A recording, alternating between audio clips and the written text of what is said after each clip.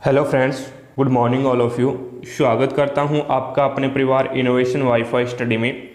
तो आशा करता हूं आप बढ़िया होंगे और आपकी तैयारी भी बढ़िया चल रही होगी। तो जैसा कि आप सभी को पता है, भी हमारी डेली क्लास रहती है सुबह 10 बजे, जिसमें हम बायोलॉजी के 50 क्वेश्चन कवर करते हैं जेट, आईसीआर और बीएचयू के लिए। तो जितने भी फ्रेंड्स क्लास को देख रहे हैं, जिसने भी क्लास को लाइक नहीं किया तो क्लास को लाइक कर दीजिएगा, शेयर नहीं किया अपने दोस्तों के पास तो एक बार क्लास को शेयर कर दीजिएगा ताकि सभी दोस्तों को क्लास का लाभ मिल सके। और एक आपसे छोटी सी रिक्वेस्ट रहेगी, अगर आप चैनल पे नए हैं तो चैनल को सब्सक्राइब कर लेना, पास में लगे बेल आइकन को प्रेस कर लेना ताकि न्यू अपडेट आपको टाइम टू टाइम मिलती रहे। ठीक है ना। लाइक, शेयर और सब्सक्राइब जरूर करना। भी क्लास को लाइक कर देना, शेयर कर देना, और चैनल पर नए हैं तो चैनल को सब्सक्राइब कर लेना। ओके, चलिए फ्रेंड्स, फर्स्ट नंबर क्वेश्चन देखिएगा, आपके सामने है। क्वेश्चन है, प्रकाश संश्लेषण के समय एटीपी के निर्माण की प्रक्रिया को क्या कहते हैं? प्रकाश संश्लेषण के समय एटीपी के निर्माण की प्रक्रिया को क्या कहते हैं? ऑप्शंस आपके सामने हैं। प्रकाशिक फास्फोरिलीकरण, जल का प्रकाशिक अपघटन, NADPH2 का निर्माण, ऑल ऑफ दीज। तो फर्स्ट नंबर क्वेश्चन में आपका राइट आंसर होगा प्रकाश संश्लेषण के समय एटीपी के निर्माण की प्रक्रिया को प्रकाशिक फास्फोरिलीकरण बोलते हैं। ठीक है ना। ए ऑप्शन आपका यहाँ पे राइट आंसर होगा। अगला क्वेश्चन देखिएगा, सेकंड क्वेश्चन आपके सामने है। सर्वाधिक प्रकाश संश्लेषी क्रियाकलाप कहाँ चलता है? सर्वाधिक प्रकाश संश्लेषी क्रियाकलाप कहाँ चलता है? प्रकाश के बैंगनी व नारंगी क्षेत्र में, प्रकाश के नीले व नारंगी क्षेत्र में, प्रकाश के नीले व लाल क्षेत्र में, प्रकाश के हरे और पीले क्षेत्र में। तो सेकंड क्वेश्चन में आपका राइट आंसर होगा वो हो जाएगा प्रकाश के नीले व लाल क्षेत्र में। सर्वाधिक प्रकाश संश्लेषी क्रियाकलाप कहाँ चलता है? तो प्रकाश के नीले व लाल क्षेत्र में चलता है। सी ऑप्शन आपका यहाँ पे राइट आंसर होगा। अगला क्वेश्चन देखिएगा, 3 नंबर क्वेश्चन आपके सामने है। पीएस फर्स्ट ऊर्जा कहाँ एकत्रित होती है? पीएस फर्स्ट में ऊर्जा कहाँ एकत्रित होती है? P700, P680, P660, P650। तो प्रकाश तंत्र फर्स्ट में ऊर्जा कहाँ एकत्रित होती है? ठीक है। तो 3 नंबर क्वेश्चन में आपका राइट आंसर होगा वो हो जाएगा P700, यानी ए ऑप्शन आपका यहाँ पे राइट आंसर होगा। ठीक है। अगला क्वेश्चन देखिएगा, PS सेकेंड्स ऊर्जा का अवशोषण कहाँ किया जाता है? PS सेकेंड में ऊर्जा का अवशोषण कहाँ किया जाता है? जो प्रकाश तंत्र सेकंड है उसमें ऊर्जा का अवशोषण कहाँ किया जाता है? P660, P650, P680, P640। तो 4 नंबर क्वेश्चन में आपका राइट आंसर होगा वो हो जाएगा P680, यानी सी ऑप्शन आपका यहाँ पे राइट आंसर होगा। अगला क्वेश्चन देखिएगा, 5 नंबर क्वेश्चन आपके सामने है। क्वेश्चन है, प्रकाश फास्फोरिलीकरण को कितने भागों में बांटा गया है? प्रकाश फास्फोरिलीकरण को कितने भागों में बांटा गया है? 3, 2, 4, 5। तो 5 नंबर क्वेश्चन में आपका राइट आंसर होगा वो हो जाएगा 2 भागों में बांटा गया है। चक्रीय प्रकाश फास्फोरिलीकरण और अचक्रीय प्रकाश फास्फोरिलीकरण। ठीक है, ये 2 भागों में बांटा गया है। बी ऑप्शन आपका यहाँ पे राइट आंसर होगा। अगला क्वेश्चन देखिएगा, 6 नंबर क्वेश्चन आपके सामने है। अचक्रीय प्रकाश फास्फोरिलीकरण को क्या कहते हैं? अचक्रीय प्रकाश फास्फोरिलीकरण को क्या कहते हैं? K scheme, Z scheme, P scheme, N scheme. तो 6 नंबर क्वेश्चन में आपका राइट आंसर होगा वो हो जाएगा जेड स्कीम बोलते हैं। ठीक है, जेड स्कीम बोलते हैं, यानी बी ऑप्शन आपका यहाँ पे राइट आंसर होगा। अगला क्वेश्चन देखिएगा, 7 नंबर क्वेश्चन आपके सामने है। चक्रीय प्रकाश फास्फोरिलीकरण किस में पाया जाता है? चक्रीय प्रकाश फास्फोरिलीकरण किस में पाया जाता है? PS फर्स्ट में, PS सेकंड में, ए व बी दोनों, इनमें से कोई नहीं। तो प्रकाश तंत्र फर्स्ट में चक्रीय प्रकाश फास्फोरिलीकरण पाया जाता है, यानी ए ऑप्शन आपका यहाँ पे राइट आंसर होगा, PA फर्स्ट। ठीक है, प्रकाश तंत्र फर्स्ट में। अगला क्वेश्चन देखिएगा, अप्रकाशिक अभिक्रिया, 8 नंबर क्वेश्चन है। अप्रकाशिक अभिक्रिया की खोज किसने की थी? अप्रकाशिक अभिक्रिया की खोज किसने की थी? Kelvin, Blackman, Benson, mayor. तो 8 नंबर क्वेश्चन में आपका राइट आंसर होगा वो हो जाएगा ब्लैकमैन ने अप्रकाशिक अभिक्रिया की खोज ब्लैकमैन ने की थी। बी ऑप्शन आपका यहाँ पे राइट आंसर होगा। केल्विन ने सभी जैव रासायनिक अभिक्रियाओं का अध्ययन किया था भाई, ठीक है। केल्विन ने सभी जैव रासायनिक अभिक्रियाओं का अध्ययन किया था। अगला क्वेश्चन देखिएगा, 9 नंबर क्वेश्चन आपके सामने है। प्रकाश संश्लेषण को डार्क रिएक्शन कहते हैं। प्रकाश संश्लेषण को डार्क रिएक्शन कहते हैं क्योंकि यह दिन के समय नहीं होता, यह रात में अधिक तेजी से होता है, इससे प्रकाश ऊर्जा की जरूरत नहीं होती है, या फिर यह अंधेरे में होता है। तो प्रकाश संश्लेषण को डार्क रिएक्शन कहते हैं क्योंकि इसे प्रकाश ऊर्जा की जरूरत नहीं होती है। सी ऑप्शन आपका यहाँ पे राइट आंसर होगा। इससे प्रकाश ऊर्जा की जरूरत नहीं होती है, इसीलिए प्रकाश संश्लेषण को डार्क रिएक्शन कहते हैं। क्लियर है यहाँ तक। अगला क्वेश्चन देखिएगा, 10 नंबर क्वेश्चन आपके सामने है। फोटो सिस्टम के बारे में निम्नलिखित में से कौन सा कथन सही है। फोटो सिस्टम के बारे में निम्नलिखित में से कौन सा कथन सही है। कई अकेंद्रकों में सिर्फ एक फोटो सिस्टम होता है। फोटो सिस्टम थाइलेकोइड में बंद क्लोरोफिल और अन्य रंजकों की व्यवस्था होती है। ए व बी दोनों, इनमें से कोई नहीं। तो 10 नंबर क्वेश्चन में आपका राइट आंसर होगा कई अकेंद्रकों में सिर्फ एक फोटो सिस्टम होता है, ये कथन सही है, ठीक है। और फोटो सिस्टम थाइलेकोइड में बंद क्लोरोफिल और अन्य रंजकों की व्यवस्था होती है, ये भी सही है। तो कहने का मतलब है ए व बी दोनों आएगा भी इसमें, ठीक है। सी ऑप्शन आपका यहाँ पे राइट आंसर होगा, ए व बी दोनों। अगला क्वेश्चन देखिएगा, 11 नंबर क्वेश्चन आपके सामने है। C3 चक्कर की खोज किस वैज्ञानिक ने की थी। ब्लैकमैन ने, केल्विन व बेसन ने, रॉबर्ट हिल ने, मेयर ने। तो 11 नंबर क्वेश्चन में आपका राइट आंसर होगा वो हो जाएगा केल्विन व बेसन ने। केल्विन व बेसन ने C3 चक्कर की खोज की थी। बी ऑप्शन आपका यहाँ पे राइट आंसर होगा। C3 चक्कर को केल्विन बेसिन चक्कर भी कहते हैं, केल्विन बेसिन चक्कर भी बोलते हैं। तो केल्विन व बेसिन ने C3 चक्कर की खोज की थी। अगला क्वेश्चन देखिएगा, 12 नंबर क्वेश्चन आपके सामने है। केल्विन चक्कर के चरण हैं, केल्विन चक्कर के चरण हैं। ऑप्शंस आपके सामने हैं, रिजेनरेशंस, रिडक्शंस, कार्बोक्सिलीकरण, उपरोक्त सभी। तो 12 नंबर क्वेश्चन में आपका राइट आंसर होगा वो हो जाएगा उपरोक्त सभी, यानी केल्विन चक्कर के चरण हो जाएंगे वो हो जाएंगे रिजेनरेशन, ये भी केल्विन चक्कर का चरण है। रिडक्शन है, ये भी केल्विन चक्कर का चरण है। और कार्बोक्सिलीकरण है, ये भी केल्विन चक्कर का चरण है। तो ऑल ऑफ दीज आपका यहाँ पे राइट आंसर होगा, ठीक है। चलिएगा 13 नंबर क्वेश्चन पे चलते हैं। 13 नंबर क्वेश्चन देखिएगा, केल्विन चक्कर के प्रथम स्थायी उत्पाद कौन सा होता है। केल्विन चक्कर में प्रथम स्थायी उत्पाद कौन सा होता है। ऑप्शंस आपके सामने हैं, 3-फास्फो ग्लिसरिक अम्ल, ग्लूकोज, सुक्रोज, 3-फास्फो ग्लिसरीरेल्डिहाइड, ठीक है। तो 13 नंबर क्वेश्चन में आपका राइट आंसर होगा वो हो जाएगा 3-फास्फो ग्लिसरिक अम्ल हो जाएगा। केल्विन चक्कर में प्रथम स्थायी उत्पाद कौन सा होता है, तो 3-फास्फो ग्लिसरिक अम्ल है, वो केल्विन चक्कर में प्रथम स्थायी उत्पाद हो जाता है। ए ऑप्शन आपका यहाँ पे राइट आंसर होगा। 14 नंबर क्वेश्चन देखिएगा, C4 चक्कर में प्रथम स्थायी उत्पाद कौन सा है। C4 चक्कर में प्रथम स्थायी उत्पाद कौन सा है। पाइरुवेट, ऑक्सेलो एसिटिक अम्ल, मेसेल्ट, फास्फोइनोइल पाइरुवेट।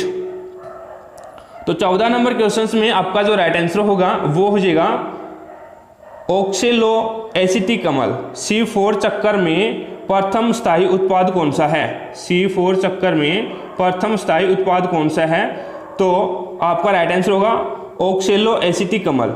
ये C4 चक्कर में प्रथम स्थायी उत्पाद हो जाएगा भाई, ठीक है। और एक आपकी इंक्वायरी के लिए बता दूं, अगर किसी भी दोस्त को पीडीएफ चाहिए तो पीडीएफ मैं टेलीग्राम ग्रुप पे अपलोड कर रहा हूं, और टेलीग्राम ग्रुप का लिंक मैंने आपको डिस्क्रिप्शन बॉक्स में दिया है, वहां से जाकर के टेलीग्राम ग्रुप को ज्वाइन कर लीजिएगा। और प्रत्येक क्लास की पीडीएफ आपको टेलीग्राम ग्रुप पे मिलेगी। यानी दिन में 2 क्लासें होती हैं, सुबह 10 बजे अपनी बायोलॉजी की क्लास होती है, इसमें भी हम 50 क्वेश्चन कवर करते हैं, और शाम 7 बजे एग्रीकल्चर की क्लास होती है, उसमें भी हम 50 क्वेश्चन कवर करते हैं। तो इन दोनों क्लासों की पीडीएफ आपको टेलीग्राम ग्रुप पे ही मिलेगी, ठीक है। 15 नंबर क्वेश्चन देखिएगा, C4 चक्कर का संपूर्ण परिपथ किसने खोजा था? C4 चक्कर का संपूर्ण परिपथ किसने खोजा था? केल्विन, हिर्शवैल्क, वॉटसन व क्रिक, इनमें से कोई नहीं। तो 15 नंबर क्वेश्चन में आपका राइट आंसर होगा C4 चक्कर का जो संपूर्ण परिपथ खोजा था वो हिर्शवैल्क ने खोजा था। हिर्शवैल्क ने खोजा था। क्लियर है यहां तक?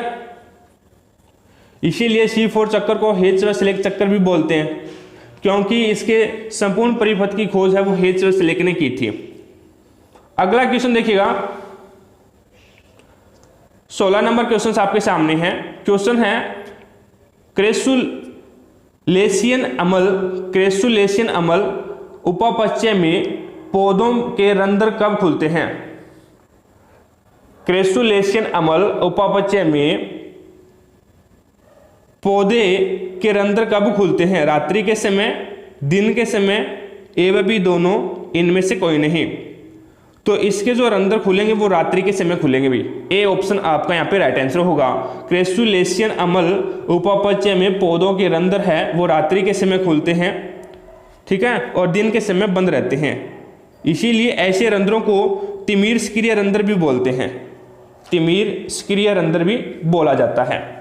अगला क्वेश्चन देखिएगा, 17 नंबर क्वेश्चन आपके सामने है। कौन से पौधे शुष्क व गर्म वातावरण में जीवित रह जाते हैं? कौन से पौधे शुष्क व गर्म वातावरण में जीवित रह जाते हैं? C4 पौधे, C3 पौधे, CAM पौधे, इनमें से कोई नहीं।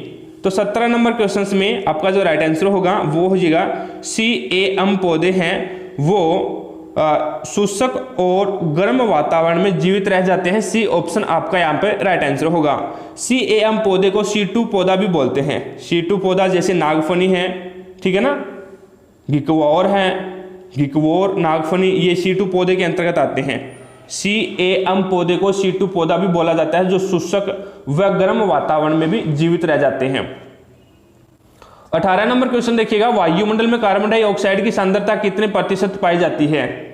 वायुमंडल में कार्बन डाइऑक्साइड की सांद्रता कितने प्रतिशत पाई जाती है? 0.03%, 0.3%, 0.003% और 3%।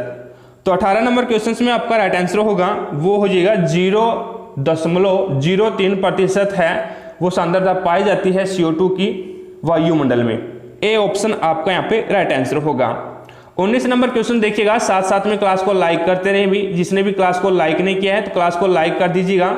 शेयर नहीं किया अपने दोस्तों के पास तो एक बार क्लास को शेयर कर दीजिएगा, ताकि सभी दोस्तों को क्लास का लाभ मिल सके। जितने भी आपके पास फेसबुक ग्रुप है, व्हाट्सएप ग्रुप है, उन सभी पे एक बार क्लास को शेयर कर दीजिएगा, ताकि सभी दोस्तों को क्लास का लाभ मिल सके, ठीक है ना। और एक आपसे छोटी सी रिक्वेस्ट रहेगी, अगर आप चैनल पे नए हैं तो चैनल को सब्सक्राइब कर लेना, पास मिल के बेल आइकन को प्रेस कर लेना, ताकि न्यू अपडेट आपको टाइम टू टाइम मिलती रहे, ठीक है ना। लाइक, शेयर और सब्सक्राइब जरूर करें दोस्तों। जिसने भी क्लास को लाइक नहीं किया तो लाइक कर दें, शेयर कर दें, और चैनल पे नए हैं तो चैनल को सब्सक्राइब कर लें। 19 नंबर क्वेश्चन देखिएगा, निम्न में से क्रय आंतरिक पाई जाती है? निम्न में से क्रेज होगा ये यहाँ पे, ठीक है ना, क्रेज आंतरिक की पाई जाती है C4 पादपों में, C3 पादपों में, मसालोद्भिदों में, या फिर उपरोक्त सभी में। तो निम्न में से क्रेज आंतरिक की पाई जाती है, क्रेज आंतरिक की पाई जाती है वो C4 पादपों में पाई जाती है। ए ऑप्शन आपका यहाँ पे राइट आंसर होगा, C4 पादपों में पाई जाती है, ठीक है। चलिएगा 20 नंबर क्वेश्चन देखिएगा, आपके सामने है। प्रकाश संश्लेषण की इकाई है, प्रकाश संश्लेषण की इकाई है माइक्रोसोम, प्रोक्सीसोम, क्वांटोसोम, प्रकाश संश्लेषण। तो प्रकाश संश्लेषण की जो इकाई है वो हो जाएगी क्वांटोसोम, ठीक है। सी ऑप्शन आपका यहाँ पे राइट आंसर होगा। क्वांटासोम है वो प्रकाश संश्लेषण की इकाई है। अगला क्वेश्चन देखिएगा 21 नंबर क्वेश्चन आपके सामने है। प्रकाश संश्लेषण में कार्बन डाइऑक्साइड के एक अणु के अपचयन में कितने एटीपी बनते हैं? 4, 3, 2, 5। तो प्रकाश संश्लेषण में कार्बन डाइऑक्साइड के एक अणु के अपचयन में एटीपी बनेंगे, वो बनेंगे 2। ठीक है, 2 एटीपी बनेंगे भाई। बात आगे समझ में, यानी सी ऑप्शन आपका यहां पे राइट आंसर होगा। क्लियर है? अगला क्वेश्चन देखिएगा,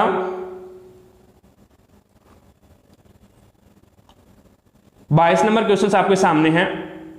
क्वेश्चन है प्रकाशिक अभिक्रिया के कितने प्रकार के प्रकाश तंत्र बनते हैं? प्रकाशिक अभिक्रिया में कितने प्रकार के प्रकाश तंत्र बनते हैं?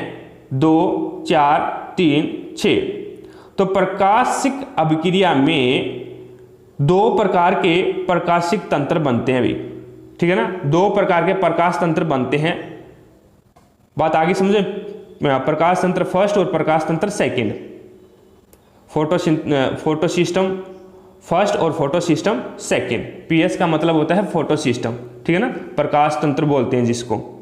प्रकाशिक अभिक्रिया में कितने प्रकार के प्रकाश तंत्र होते हैं? तो 2 प्रकार के होते हैं, फर्स्ट और सेकंड। ठीक है ना, पीएस फर्स्ट और पीएस सेकंड। ए ऑप्शन आपका यहां पे राइट आंसर होगा।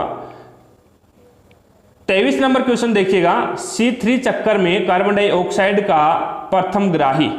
C3 चक्कर में कार्बन डाइऑक्साइड का प्रथम ग्राही, ऑप्शंस आपके सामने हैं। तो 23 नंबर क्वेश्चंस में जो आपका राइट आंसर होगा वो हो जाएगा राइबोजोल। ठीक है, ए ऑप्शन आपका यहां पे राइट आंसर होगा, RUPA। ये जो होगा वो कार्बन डाइऑक्साइड का प्रथम ग्राही होगा। अगला क्वेश्चन देखिएगा, 24 नंबर क्वेश्चन आपके सामने है। क्वेश्चन है C4 चक्कर में कार्बन डाइऑक्साइड का प्रथम ग्राही।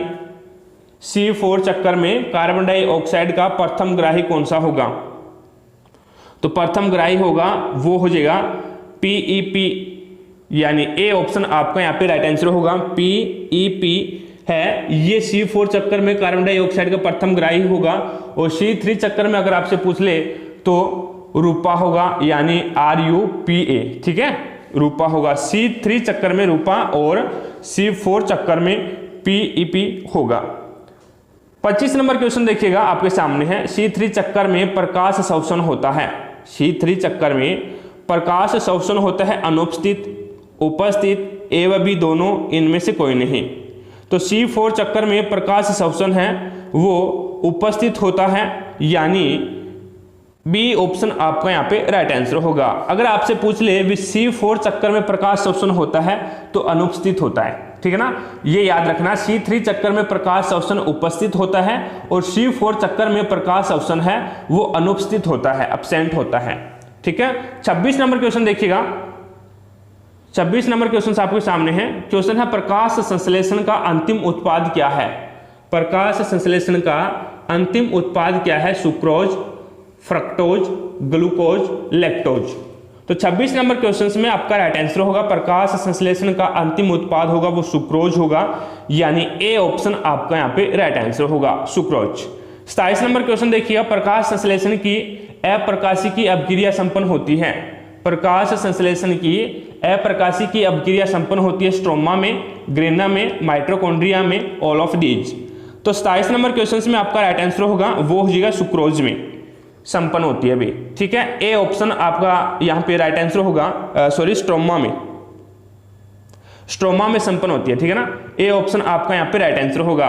प्रकाश संश्लेषण की अप्रकाशिकी अभिक्रिया है वो संपन्न होगी स्ट्रोमा में, यानी ए ऑप्शन आपका यहाँ पे राइट आंसर होगा।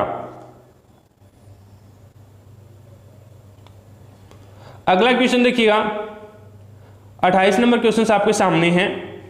क्वेश्चन है प्रकाश संश्लेषण सक्रिय विकिरण में निम्न तरंग दैर्घ्य पाई जाती है। प्रकाश संश्लेषण सक्रिय विकिरण में निम्न तरंग दैर्घ्य पाई जाती है, तो वो पाई जाती है 400 से 700 nm के बीच, 500 से 600 nm के बीच और 450 से 900 350 nm के बीच या 340 से 450 nm के बीच।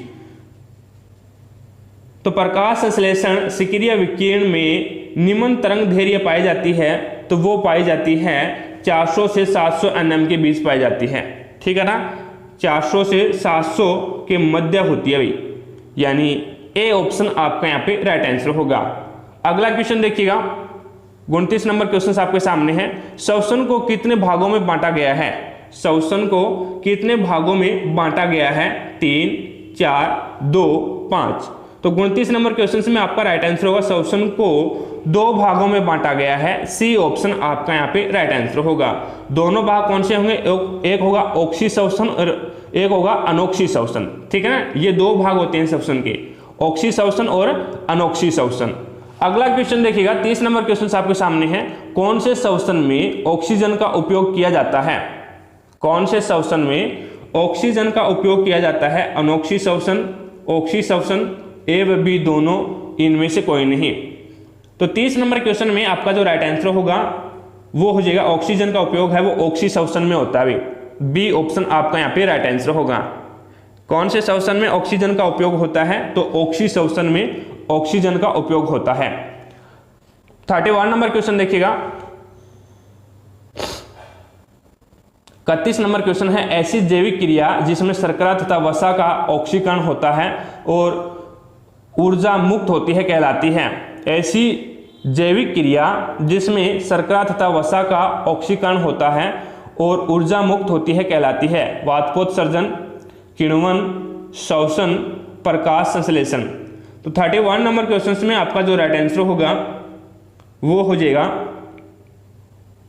श्वसन। ठीक है, सी ऑप्शन आपका यहाँ पे राइट आंसर होगा। ऐसी जैविक क्रिया जिसमें शर्करा तथा वसा का ऑक्सीकरण होता है तथा ऊर्जा मुक्त होती है कहलाती है श्वसन कहलाता है।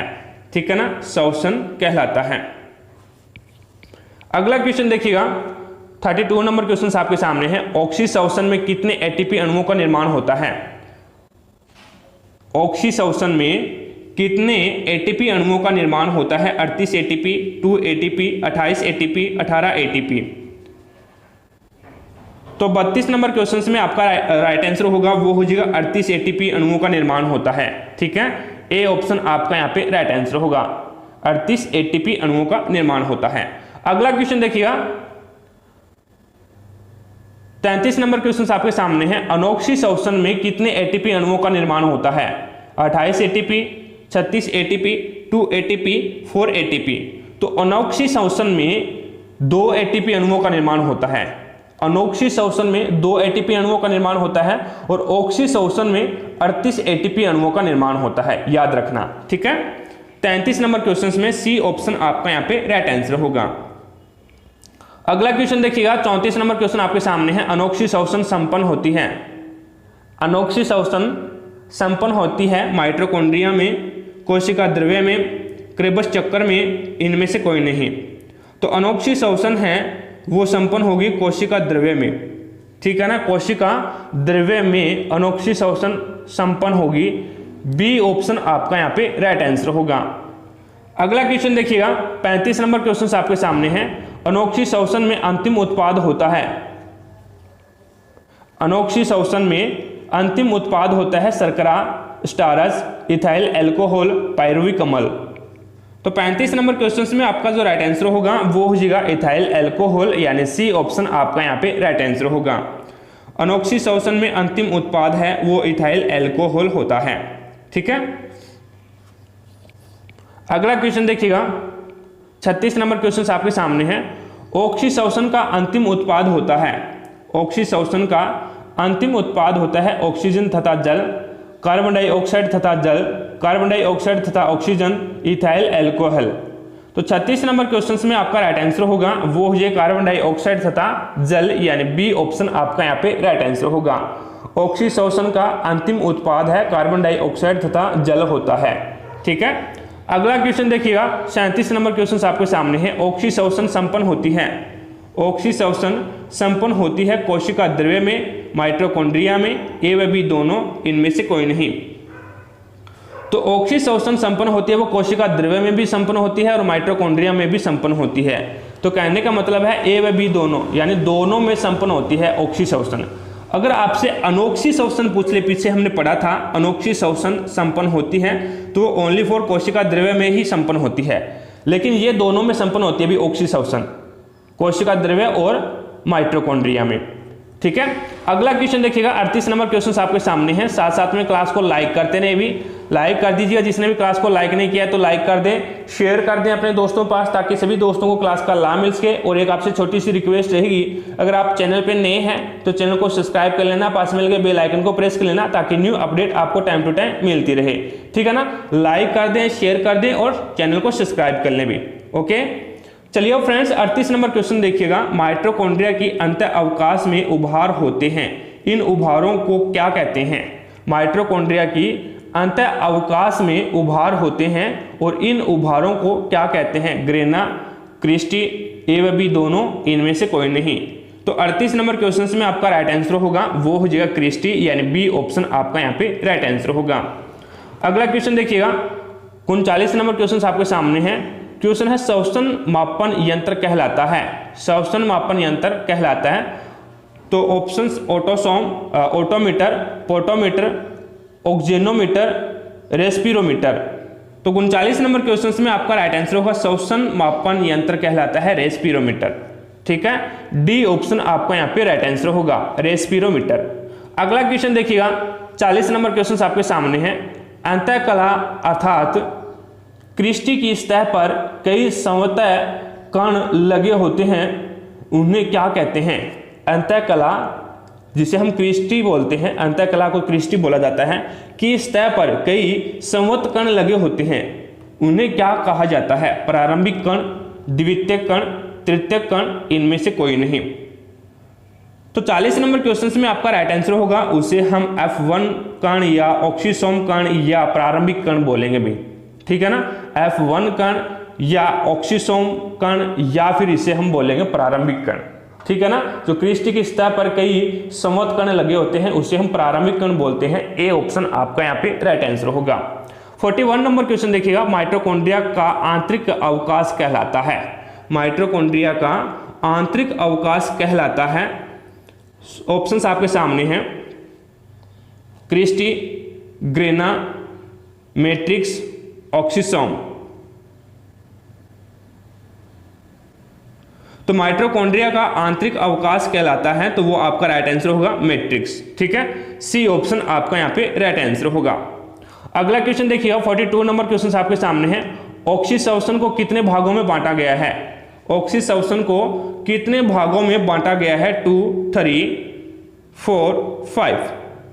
तो ऑक्सी श्वसन को 2 भागों में बांटा गया है अभी। ठीक है ना, ए ऑप्शन आपका यहाँ पे राइट आंसर होगा। ऑक्सी श्वसन को कितने भागों में बांटा गया है? तो 2 भागों में बांटा गया है। पहला भाग हो जाएगा ग्लाइकोलाइसिस और दूसरा भाग हो जाएगा क्रेब्स चक्कर। ये 2 भाग होते हैं ऑक्सी श्वसन के, ग्लाइकोलाइसिस और क्रेब्स चक्कर। अगला क्वेश्चन देखिएगा 43 नंबर क्वेश्चन आपके सामने है। ग्लाइकोलाइसिस की क्रिया किसमें संपन्न होती है? ग्लाइकोलाइसिस की क्रिया किसमें संपन्न होती है? माइटोकॉन्ड्रिया में, लाइसोसोम में, कोशिका द्रव्य में, राइबोसोम में। तो ग्लाइकोलाइसिस की जो क्रिया है वो संपन्न होती है कोशिका द्रव्य में, यानी सी ऑप्शन आपका यहाँ पे राइट आंसर होगा। कोशिका द्रव्य में ग्लाइकोलाइसिस की क्रिया है वो संपन्न होती है। अगला क्वेश्चन देखिएगा 44 नंबर क्वेश्चन आपके सामने है। ईएमपी पथ किसे कहते हैं? ईएमपी पथ किसे बोला जाता है?